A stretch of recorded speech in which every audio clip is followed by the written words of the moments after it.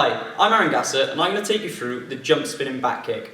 This kick is considered to be one of the most strongest kicks that your body is capable of doing. Before attempting this kick, you should have a basic back kick and a spinning back kick to a good level. If you don't have those, please watch my tutorials on those kicks. At this point, you should have your basic back kick and spinning back kick. So what we need to practice first is the jump. So I want you to go into your front stance, and from this position, we need to end up in a side stance because it's a lot easier to form the jump spinning back kick from this position. We can do it from a front stance, but we have to do an extra quarter turn when we launch the jump spinning back kick, which means it's a lot more difficult for you to do. So it's mainly for experienced practitioners. So from this position, we need to end up in a side stance. To do that, we can move the front foot across, we can move the back foot so we're in line with our side stance as well. There's a lot of other ways to do that, but we need to end up in the side stance. When we're in this position now, we're going to turn, we're going to look slightly over the shoulder, our body is going to be square and our back is facing towards the target. From this position now, I want you just to practice switching and launching that leg straight down that line. If we are practicing wrenching our arms and we're spinning basically like that, when we launch the jump spinning back kick, we're going to end up with more of a circular motion, and it's going to be a jump spinning side kick, or it's going to be coming around like a jump spinning hook kick. So what we need to get into the jump spinning back kick mode is that we travel straight down that line. We're going straight towards that target for maximum power. So when we're jumping, we are not whipping around, we're turning, and from this position, we are launching straight down into that target. When you can do that, the next stage is to turn, jump, and chamber for the back kick.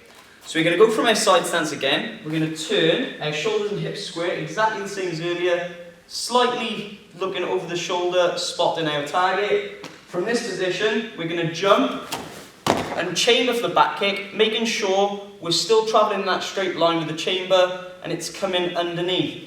You notice how I'm not turning my upper body too much, because if I turn the upper body, what happens again is I come around in more of a circular motion and end up doing that jump spinning side kick.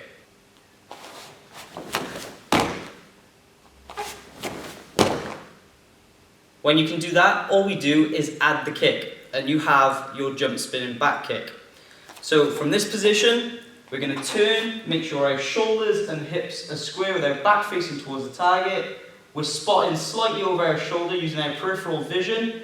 From here we jump, make the back kick, make sure it's travelling underneath.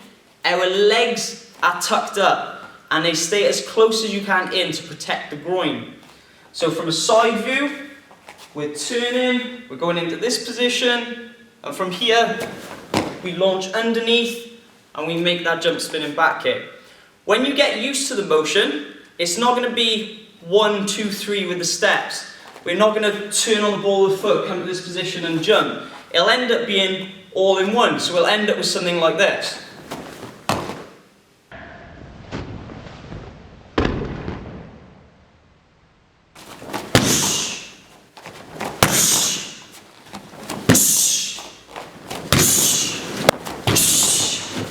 Now pointers to improve your jump spinning back kick. Make sure you are turning on the ball of the foot, so you are setting your hips up ready for the jump spinning back kick so it travels in a straight line. We are not jumping straight from the side stance, because if we do this, we have to then turn in the air and then launch the jump spinning back kick, which is going to be more difficult for you to control. So we want to be turning on the ball of the foot so the hips are set already, so we can just focus on launching all that power in line straight towards that target.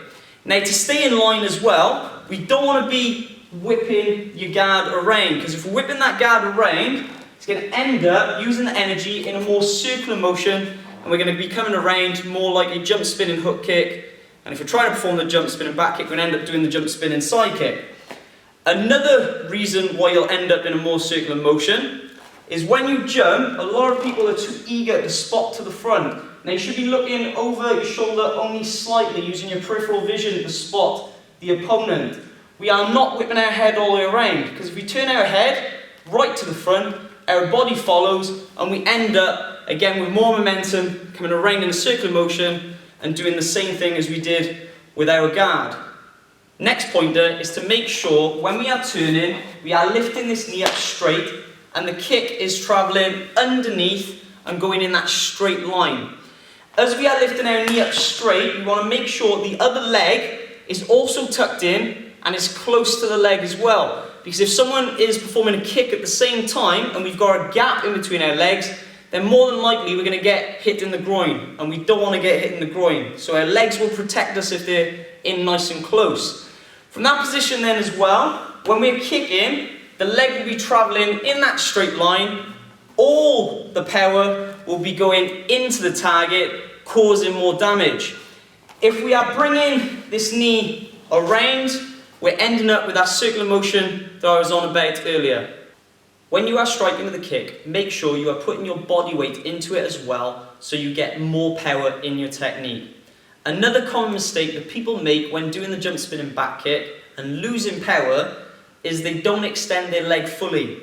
So if they're in this position now and they're going through, they end up extending near about here, which means you've lost the extra power of driving through the target. So what we want to do is hit the target and strike straight through it. So we don't want to tap the target, we want to push straight through it. So we get more power going into the person and causing more damage.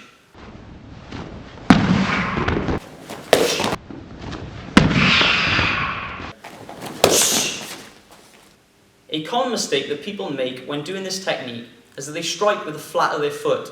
Now if you strike with the flat of the foot, it has more surface area, so it means you're going to push them back. So it might move them far back, but it's not going to cause much damage. Whereas if we're striking with the blade of the foot or striking with the heel, then it's going to penetrate into the person and cause more damage. When we are striking with the jump spinning back kick, it is more practical to aim for the body as it's a bigger target. So the main target areas are going to be into the gut, into the solar plexus, or into the ribs. If we are striking high, then into the throat, chin, or philtrum. Now, other ways to do the jump spinning back kick. Now, if we're flustering an opponent and they're moving on the back foot, then what we want to do is advance forward with the jump spinning back kick. So what we're going to do is we're going to chuck our body into it so we drive straight forward and into the opponent.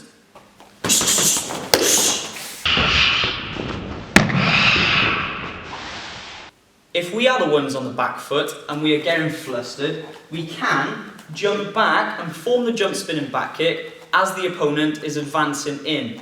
This is where I think the back kick is at its most effective, because you are luring the opponent into a false sense of security, and they're thinking they got the upper hand, and then all of a sudden this back kick just comes out of nowhere and lands on them.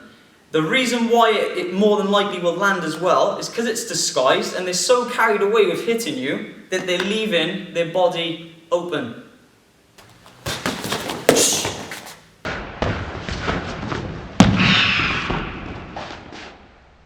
We can also step across and throw the jump spinning back kick. Now this could be a person's thrown a kick and we've brushed it to the side and we move the foot across to set up the jump spinning back kick, or it could be they're throwing punches and we just come out to the side and launch the jump spinning back kick from that position.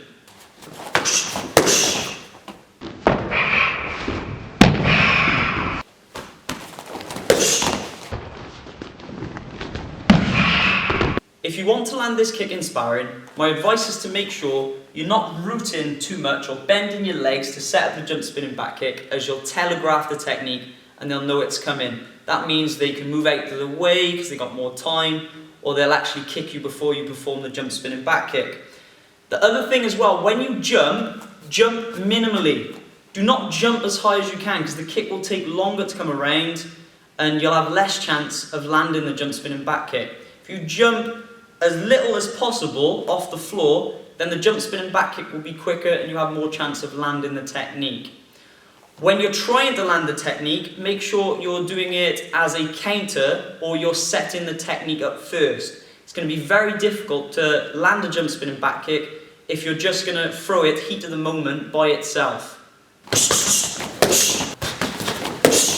You can do a controlled lean to stay out of range from the opponent's techniques, but make sure you don't lean too much, otherwise you'll lose power in your technique and you might lose balance.